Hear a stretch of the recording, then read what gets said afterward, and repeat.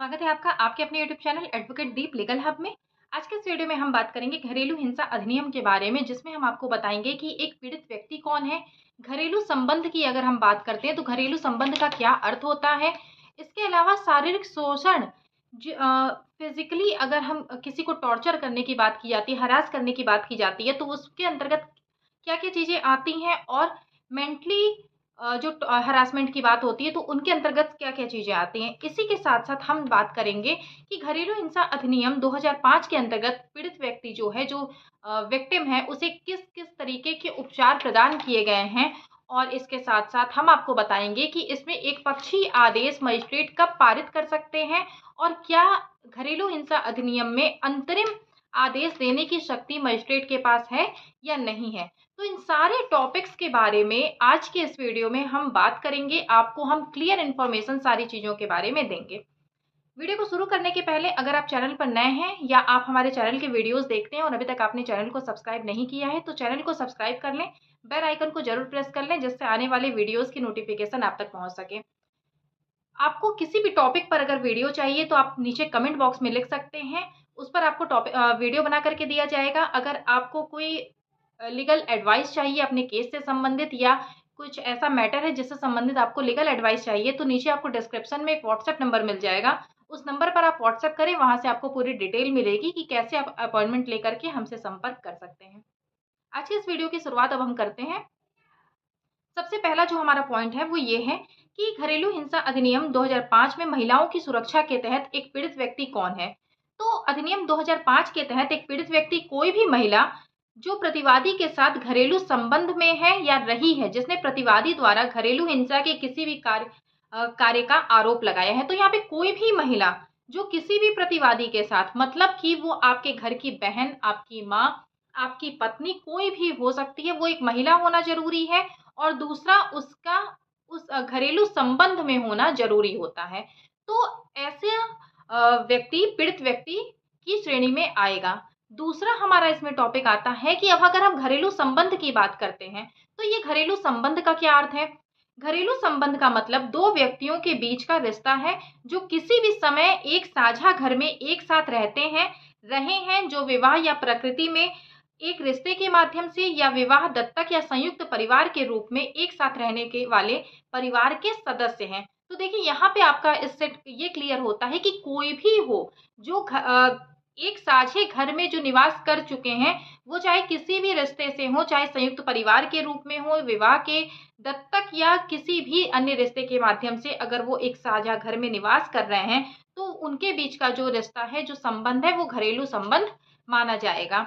अब इसके बाद फिर हमारा जो तीसरा टॉपिक है वो ये है कि शारीरिक शोषण की, अगर हम फिजिकली हरासमेंट की बात करते हैं, तो उसकी श्रेणी में क्या क्या आता है। तो इसमें ऐसा आचरण है जिसमें पीड़ित व्यक्ति को शारीरिक दर्द, नुकसान, जीवन के लिए खतरा, अंग, स्वास्थ्य या विकास का नुकसान पहुंचाना है। देखिए, आप फिर से इस बात को सुन सकते हैं कि शारीरिक दर्द हो, नुकसान हो, जीवन के लिए खतरा हो, अंग, स्वास्थ्य या विकास का नुकसान पहुंचाना है। इसमें यौन हमला, आपराधिक धमकी, आपराधिक बल भी शामिल किया जाता है।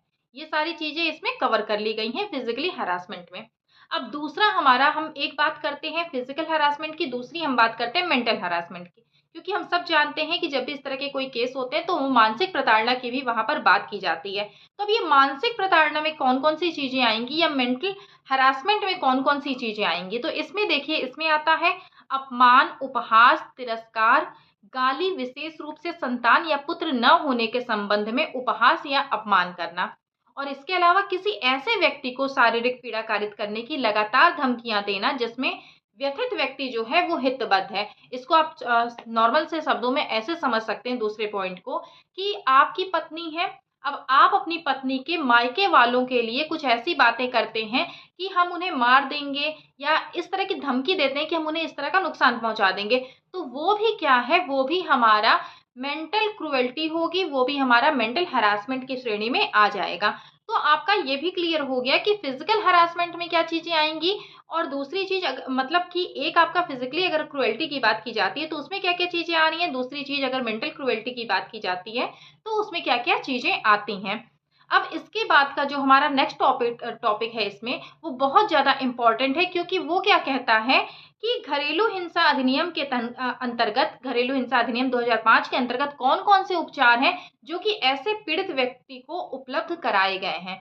तो कौन कौन से उपचार हैं ये जानना महिलाओं के लिए बहुत ज़्यादा जरूरी है, क्योंकि उनके बहुत सारे ऐसे क्वेश्चंस होते हैं जिनका एकमात्र जो समाधान है वो घरेलू हिंसा अधिनियम 2005 के अंतर्गत ही किया जा सकता है। तो अब ये उपचार कौन कौन से हैं? सबसे पहला, साझा घर में निवास करने का अधिकार। घरेलू हिंसा अधिनियम की धारा 17 है, वो ये कहती है कि घरेलू संबंध में प्रत्येक महिला को साझा घर में निवास करने का अधिकार होगा, चाहे संपत्ति में उसका कोई अधिकार, स्वामित्व या लाभकारी हित हो या न हो। मतलब अगर उसका संपत्ति में कोई अधिकार नहीं है, कोई हित नहीं है, फिर भी उसका साझा घर में निवास करने का अधिकार होगा।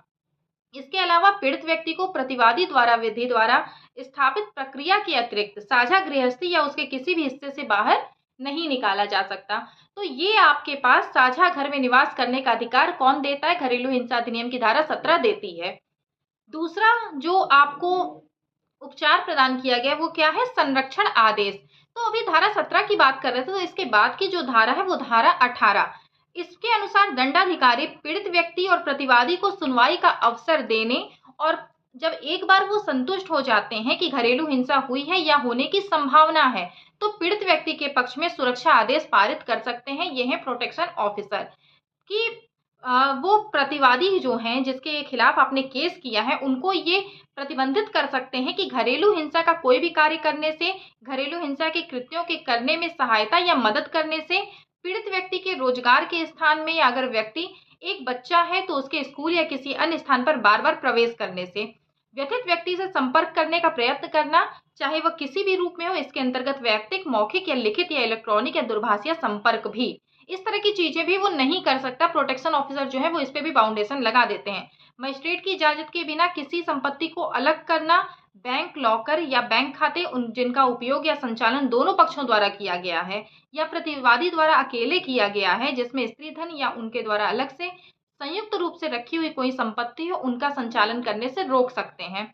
इसके बाद संरक्षण आदेश में निर्दिष्ट अन्य कार्य को करने के लिए भी वो रोक सकते हैं, पाबंदी लगा सकते हैं। तो ये भी सारे जो उपचार हैं वो घरेलू हिंसा अधिनियम के अंतर्गत एक महिला को दिए गए हैं। अगर वो चाहे तो प्रोटेक्शन ऑर्डर भी वो ले सकती है। इसके बाद फिर क्या है? आवासीय आदेश। आवासीय आदेश की बात कौन करता है? तो धारा 19 जो है घरेलू हिंसा अधिनियम की, वो करती है आवासीय आदेश की बात, जिसमें कहती है कि यदि मजिस्ट्रेट इस बात से संतुष्ट हो जाता है कि घरेलू हिंसा हुई है तो वह निवास आदेश पारित कर सकते हैं। प्रतिवादी द्वारा पीड़ित व्यक्ति को बेदखल करना या साझा गृहस्थी से पीड़ित व्यक्ति को अधिकार पर उसे किसी अन्य तरीके से रोकना, या प्रतिवादी का साझा घर में कानूनी या न्यायसंगत हित है या नहीं, साझा घर से खुद को अलग करने के लिए प्रतिवादी को निर्देशित करना, साझा घर के किसी भी हिस्से में प्रतिवादी या उसके किसी भी रिश्तेदारों को प्रवेश करने से रोकना जिसमें पीड़ित व्यक्ति रहता है। उसके बाद अगर साझी गृहस्थी है, मतलब एक साथ की गृहस्थी है, तो उसे विस्थापित करने से, प्रतिवादी को रोकने से अवरुद्ध करना कि आप उसे किसी भी तरीके से कोई भी हानि नहीं पहुंचा सकते हैं, ये भी आवासीय आदेश में मजिस्ट्रेट के द्वारा ऑर्डर किया जा सकता है।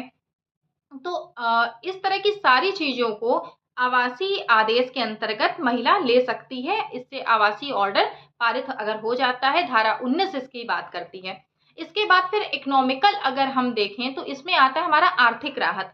आर्थिक राहत की बात कौन करता है? तो धारा 20 जो है वो आर्थिक राहत की बात करती है। ये कहती है कि मजिस्ट्रेट प्रतिवादी को आर्थिक राहत का भुगतान करने के लिए निर्देशित कर सकता है, ताकि घरेलू हिंसा के परिणाम स्वरूप पीड़ित व्यक्ति या उसके किसी भी बच्चे को हुए नुकसान को पूरा किया जा सके। जैसे कि अगर उसकी आय का नुकसान हुआ है, चिकित्सा पर खर्च हुआ है, पीड़ित व्यक्ति के नियंत्रण की किसी भी संपत्ति के नाश, नुकसान या हटाने वाले के कारण उसकी कोई हानि हुई है, तो इस तरह की सारी चीजों के लिए आर्थिक राहत का ऑर्डर भी मजिस्ट्रेट के द्वारा प्रदान किया जा सकता है। इसके बाद फिर अभिरक्षा का आदेश, कस्टडी ऑर्डर की बात करती है, वो करती है धारा 21, और इसमें आप कस्टडी भी ले सकते हैं। पीड़ित व्यक्ति या उसकी ओर से आवेदन करने वाले व्यक्ति को उसकी संतान की अस्थायी अभिरक्षा दे सकेगा, और यदि आवश्यक होगा तो प्रत्यर्थी द्वारा उसकी संतान को देखने का प्रबंध भी निर्दिष्ट किया जा सकेगा। इसके लिए भी ऑर्डर आप धारा 21 के अंतर्गत करवा सकते हैं मजिस्ट्रेट के द्वारा। इसके बाद इसमें जो लास्ट उपचार है वो ये बात करता है कि घरेलू हिंसा अधिनियम की धारा जो 22 है, इसके तहत एक व्यक्ति द्वारा किए जा रहे आवेदन पर प्रतिवादी को क्षति के लिए, जिसमें घरेलू हिंसा के कारण हुई मानसिक यातना या भावनात्मक कष्ट शामिल है, प्रतिकर और नुकसान का भुगतान करने का निर्देश देने वाला एक आदेश पारित किया जा सकेगा। मतलब आप इसमें मुआवजा भी ले सकते हैं प्रतिवादी से। तो इसके लिए कौन सी धारा बात करती है? इसके लिए बात करती है धारा 22। तो ये सारे अभी तक हो गए उपचार, बहुत सारी चीजें क्लियर हुई। अब इसके बाद फिर हम बात करते हैं कि क्या अंतरिम आदेश प्रदान करने की शक्ति मजिस्ट्रेट को है? तो हाँ, मजिस्ट्रेट को घरेलू हिंसा अधिनियम की धारा 23 के तहत किसी भी कार्यवाही में अंतरिम आदेश जो उचित और न्यायोचित हो पारित करने की शक्ति है। धारा 23 के अंतर्गत उसे ऐसी शक्ति प्राप्त है। इसके बाद फिर हम बात करें तो एक पक्षी आदेश कब पारित कर सकता है, जिसकी बहुत ज्यादा जरूरत पड़ती है। एक पक्षी की जरूरत क्यों पड़ती है? क्योंकि जब बार बार समन जा रहा है, उसके बाद भी जो प्रतिवादी है वो हाजिर नहीं होता, तो मामला क्या हो रहा है, इससे मामला आपका पेंडिंग हो रहा है या उसमें कुछ भी आगे अगर प्रोसेस नहीं हो पा रहा है, तो आपके लिए ये जरूरी होता है कि ऐसे मामले में एक पक्षी आदेश हो जाए। तो एक पक्षी आदेश अगर हो जाए तो इसके लिए मजिस्ट्रेट कब पारित कर सकता है, ये भी जानना बहुत जरूरी है। तो डीवी अधिनियम की धारा 23 जो है, अगर एक मजिस्ट्रेट संतुष्ट हो जाता है कि आवेदन प्रथम दृष्टया प्रकट करता है कि प्रतिवादी घरेलू हिंसा कर रहा है या उसने घरेलू हिंसा का कार्य किया है, तो इस बात की संभावना है कि प्रतिवादी घरेलू हिंसा का कार्य कर सकता है, तो 18 धारा 18, 19, 20, 21 या जैसा भी मामला हो, इसमें धारा 22 के तहत पीड़ित के शपथ पत्र के आधार पर एक पक्षी आदेश दे सकता है। तो जो विक्टिम होगा उसका एफिडेविट के आधार पर मजिस्ट्रेट एक पक्षी आदेश इसमें दे सकता है। तो ये सारी चीजें आज के इस वीडियो में हमने आपको क्लियर कर दी। पॉइंट वाइज आपको बहुत सारी चीजें जो हैं वो घरेलू हिंसा अधिनियम के अंतर्गत जो आपके क्वेश्चंस होते हैं, जो आपके मन में क्वेरीज रहती हैं, उनके बारे में हमने आपको सारी चीजें क्लियर कर दी हैं। क्योंकि आपके बहुत सारे ऐसे क्वेश्चंस होते हैं, कई लोगों के जब उनके फोन आते हैं तो उनका बहुत सारा ऐसा क्वेश्चन होता है जिसमें ये लगता है कि आपको घरेलू हिंसा अधिनियम के बारे में कोई भी जानकारी नहीं है।